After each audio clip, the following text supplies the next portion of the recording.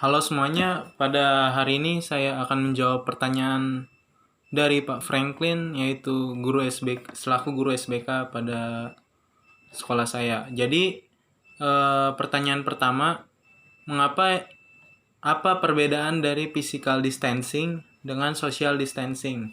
Jadi itu physical distancing artinya jaga jarak. Jadi tidak bersentuhan secara fisik seperti menjaga jarak antrian sejauh 2 meter. Pokoknya dilarang untuk menjabat tangan maupun lain-lain. Jadi ini tuh physical distancing ini itu supaya orang lain tidak melakukan kontak fisik dengan kita. Kemudian social distancing yaitu adalah hubungan sosial jarak jauh melalui video call, WhatsApp, Facebook maupun lain-lain. Jadi tidak bertatap muka secara langsung, melainkan secara tidak langsung. Kemudian pertanyaan kedua, mengapa Indonesia tidak melakukan mengapa negara lain melakukan lockdown sedangkan Indonesia tidak? Nah, untuk pertanyaan ini kita harus tahu apa arti lockdown terdahulu. Jadi lockdown itu semacam, kalau diartikan dalam bahasa Inggris, merupakan kuncian, yaitu jika dilakukan di dalam suatu negara kebijakan lockdown, berarti negara tersebut menutup akses akses negara tersebut pada negara lain. Tujuannya ada beberapa tujuan yang digunakan yang menyebabkan negara tersebut melakukan lockdown, seperti agar tidak menyebarkan virus dari negara tersebut pada negara yang lain, seperti pada saat ini yaitu virus COVID-19. Kemudian kenapa negara tersebut melakukan lockdown? Itu tuh salah satunya bisa karena yaitu karena keadaan di negaranya itu sudah sulit untuk dikendalikan. Kemudian negara tersebut mempunyai perekonomian negara yang cukup bagus. Contohnya Amerika, Prancis, maupun negara-negara maju yang lainnya. Kemudian mengapa Indonesia tidak? Karena Indonesia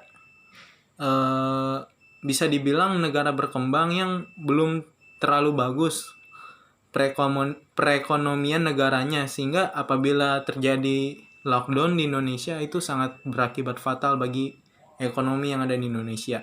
Kemudian pertanyaan ketiga, bagaimana jika Indonesia melakukan lockdown? Nah, oke. Kemudian untuk ini saya akan bahas seperti sebab dan akibatnya. Jadi jika Indonesia melakukan lockdown, yang terjadi yaitu perekonomian negara Indonesia akan terganggu.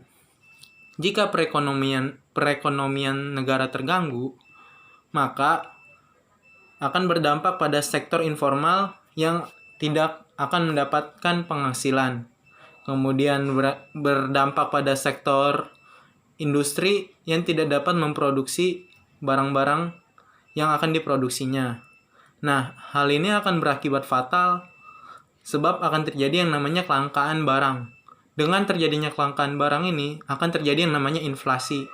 Inflasi kenaikan harga barang. Inflasi kenaikan harga barang masker maupun dan yang lain-lain. Itu sebabnya Indonesia tidak akan melakukan kegiatan lockdown seperti ini. Sebab pemerintah juga menilai keadaan yang di Indonesia ini masih terbilang stabil daripada negara lainnya. Untuk pertanyaan selanjutnya, bagaimana sikap saya sendiri menyikapi dari peralihan belajar offline menjadi online maupun UN tidak ada? Ya, kita menyikapinya dengan positif aja ya, sebab keadaan seperti sekarang ini dengan merebaknya virus COVID-19 tidak memungkinkan yang namanya belajar offline. Sebab itu merupakan bukan merupakan kegiatan social distancing seperti yang diberlakukan pemerintah pada saat ini. Jadi Intinya terhadap orang itu sendiri, apakah orang itu mempunyai niat belajar yang baik maupun buruk. Jadi menurut saya kegiatan offline sama online ini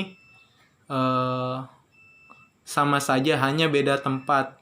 Dan itu bisa dibuktikan dengan via WA, Classroom, maupun yang lain-lain. Kemudian jika saya disuruh untuk memilih belajar offline maupun online, saya akan memilih belajar offline. Mengapa? Karena offline ini belajarnya ini langsung secara tatap muka, secara langsung dengan gurunya. Sehingga apa yang belum kita mengerti dapat kita tanyakan langsung pada gurunya. Jadi kita tidak perlu bingung-bingung dengan menghabiskan kuota dan lain-lain. Sebab dengan belajar online dapat menghabiskan banyak kuota dan tentunya sangat kurang efektif bagi kegiatan pembelajaran yang sudah biasanya dilakukan secara offline. Itu saja menurut saya. Apabila ada salah kata, mohon maaf. Sekian dan terima kasih.